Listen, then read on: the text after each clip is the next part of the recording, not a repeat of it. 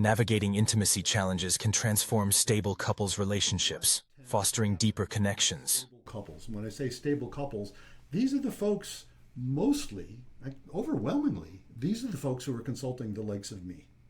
Consulting a couples therapist. Right. What are they consulting a couples therapist for? They're in a relationship. It's really important to them. Maybe they've been together a long time, and something isn't working right.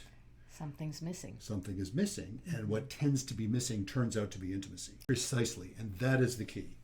And so when I talk about this tendency for stable couples to avoid the anxiety of intimacy, that's when the light bulb goes off. But intimacy is also about something as simple as complaining about something.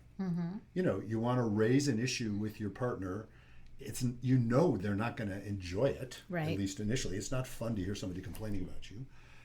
And yet it turns out to be really important, because if you don't do that, then you're sitting with it and you're hiding yourself from them. Right. And you're maybe Just getting back stewing. to, you don't want to rock the boat, You so don't it wanna just rock the kind boat. of seethes under the surface and it doesn't get talked about. It Well, comes yeah. out in other ways. It comes out in other ways. So what happens if you don't, issue a complaint or something like that? If you're not willing to raise that anxiety, that sits there and doesn't get resolved.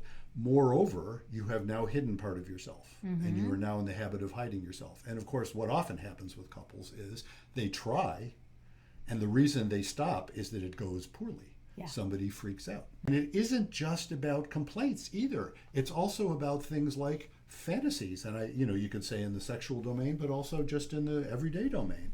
Gee, I've been thinking about, I'd really like us to go move overseas for 6 months or something. Or, I'd like to try some experience we haven't tried. Or indeed, I'd like to try something in bed we haven't tried, and I'm worried you're going to think I'm weird for even thinking that.